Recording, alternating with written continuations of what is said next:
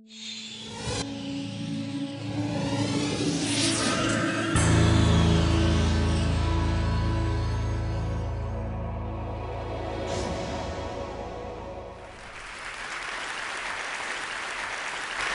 I'm a woman with chronic schizophrenia.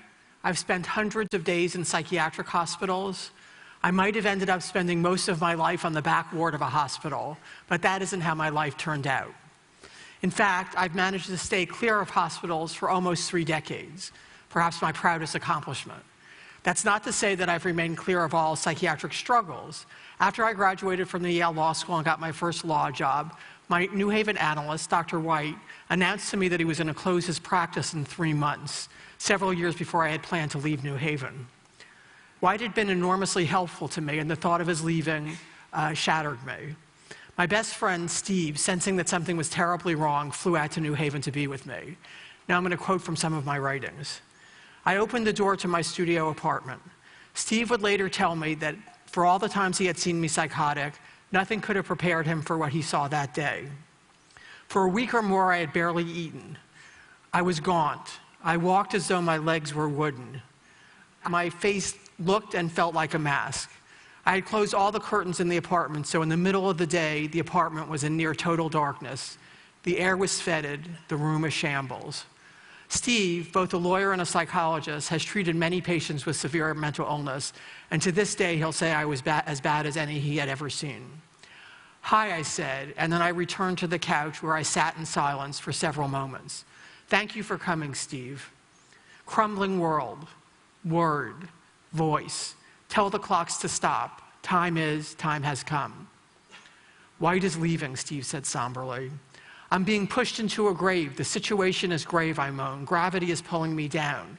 I'm scared. Tell them to get away.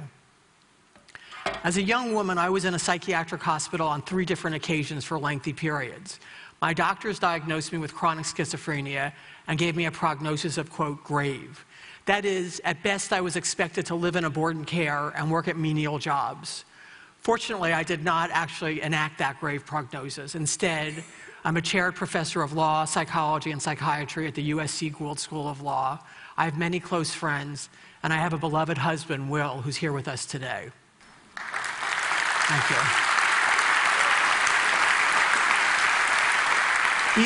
He's definitely the star of my show.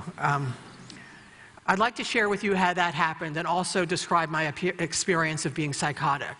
I hasten to add that it's my experience because everyone becomes psychotic in his or her own way. Let's start with the definition of schizophrenia. Schizophrenia is a brain disease. Its defining feature is psychosis, or being out of touch with reality. Delusions and hallucinations are hallmarks of the illness.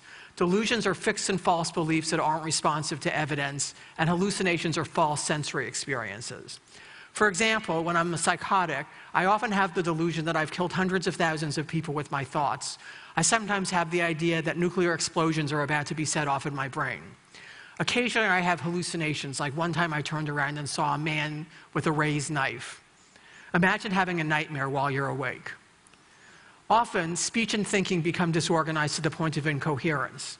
Loose associations involves putting together words that may sound a lot alike but don't make sense.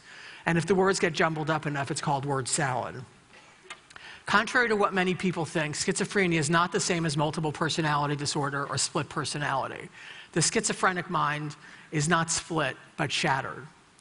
Everyone has seen a street person, unkempt, probably ill-fed, standing outside of an office building, muttering to himself or shouting. This person is likely to have some form of schizophrenia. But schizophrenia presents itself across a wide array of socioeconomic status, and there are people with the illness who are full-time professionals with major responsibilities. Several years ago, I decided to write down my experiences and my personal journey, and I want to share some more of that story with you today to convey the inside view. So the following episode happened the 7th week of my first semester of my first year at Yale Law School, quoting from my writings. My 2 classmates, Rebel and Val, and I had made the date to meet in the law school library on Friday night to work on our memo assignment together. But we didn't get far before I was talking in ways that made no sense.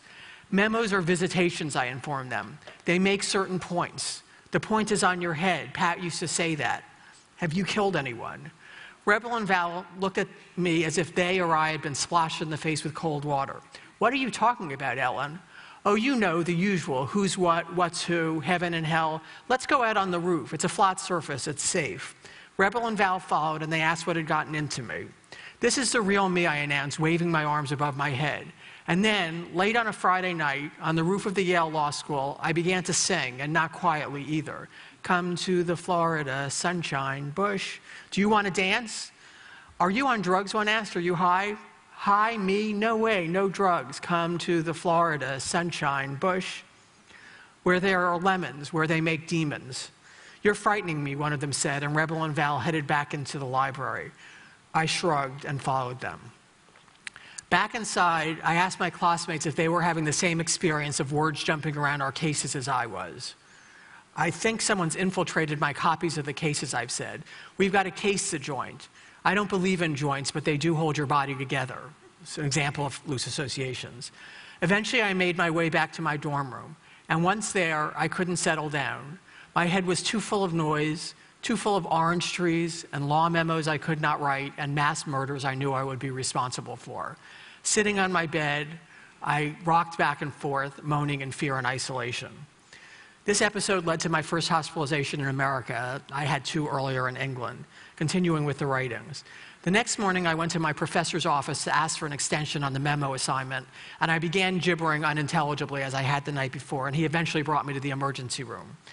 Once there, someone I'll just call the doctor and his whole team of goons swooped down, lifted me high into the air, and slammed me down on a metal bed with such force that I saw stars. Then they strapped my legs and arms to the metal bed with thick leather straps. A sound came out of my mouth that I'd never heard before. Half groan, half scream, barely human, and pure terror. Then the sound came again, forced from somewhere deep inside my belly and scraping my throat raw. This incident resulted in my involuntary hospitalization. One of the reasons the doctors gave for hospitalizing me against my will was that I was, quote, gravely disabled. To support this view, they wrote in my chart that I was unable to do my Yale Law School homework. I wondered what that meant about much of the rest of New Haven. During the next year, I would spend 5 months in a psychiatric hospital. At times, I spent up to 20 hours in mechanical restraints. Arms and legs tied down, arms and legs tied down with a net tied tightly across my chest. I never struck anyone, I never harmed anyone, I never made any direct threats. If you've never been restrained yourself, you may have a benign image of the experience. There's nothing benign about it. Every week in the United States, it's been estimated that 1 to 3 people die in restraints. They strangle, they aspirate their vomit, they suffocate, they have a heart attack. It's unclear whether using mechanical restraints is actually saving lives or costing lives.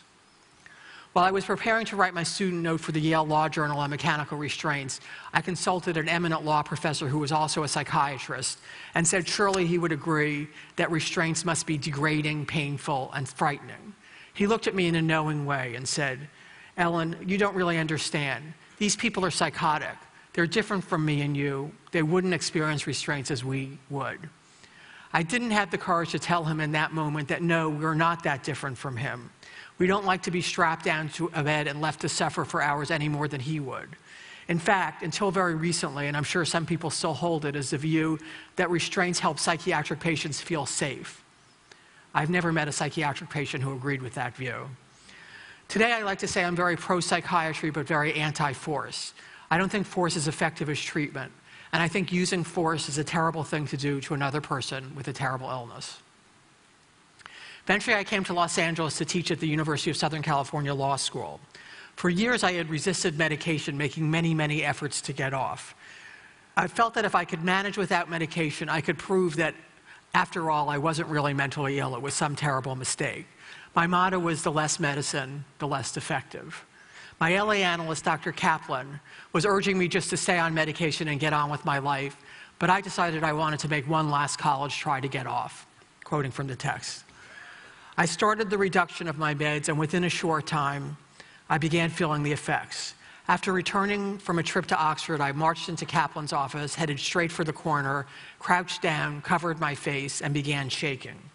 All around me, I sensed evil beings poised with daggers. They'd slice me up in thin slices or make me swallow hot coals. Kaplan would later describe me as, quote, writhing in agony. Even in this state, what he accurately described as acutely and floridly psychotic, I refused to take more medication. The mission is not yet complete.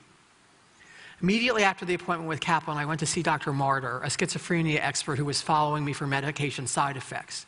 He was under the impression that I had a mild psychotic illness. Once in his office, I sat on his couch, folded over, and began muttering. Head explosions and people trying to kill. Is it okay if I totally trash your office? You need to leave if you think you're going to do that, said Martyr. Okay, small, fire on ice. Tell them not to kill me. Tell them not to kill me. What have I done wrong? Hundreds of thousands with thoughts, interdiction. Elyn, do you feel like you're dangerous to yourself or others? I think you need to be in the hospital. I could get you admitted right away and the whole thing could be very discreet. Ha, ha, ha. You're offering to put me in hospitals? Hospitals are bad. They're mad. They're sad. One must stay away. I'm God, or I used to be. At that point in the text where I said, I'm God, or I used to be, my husband made a marginal note. He said, did you quit or were you fired? I give life and I take it away. Forgive me for I know not what I do. Eventually, I broke down in front of friends and everybody convinced me to take more medication. I could no longer deny the truth and I could not change it. The wall that kept me, Elyn, Professor Saks, separate from that insane woman hospitalized years past, lay smashed in ruins. Everything about this illness says I shouldn't be here, but I am. And I am, I think, for 3 reasons. First, I've had excellent treatment. 4 to 5 day a week psychoanalytic psychotherapy for decades and continuing in excellent psychopharmacology. Second, I have many close family members and friends who know me and know my illness. These relationships have given my life a meaning and a depth, and they also help me navigate my life in the face of symptoms. Third, I work at an enormously supportive workplace at USC Law School. This is a place that not only accommodates my needs, but actually embraces them.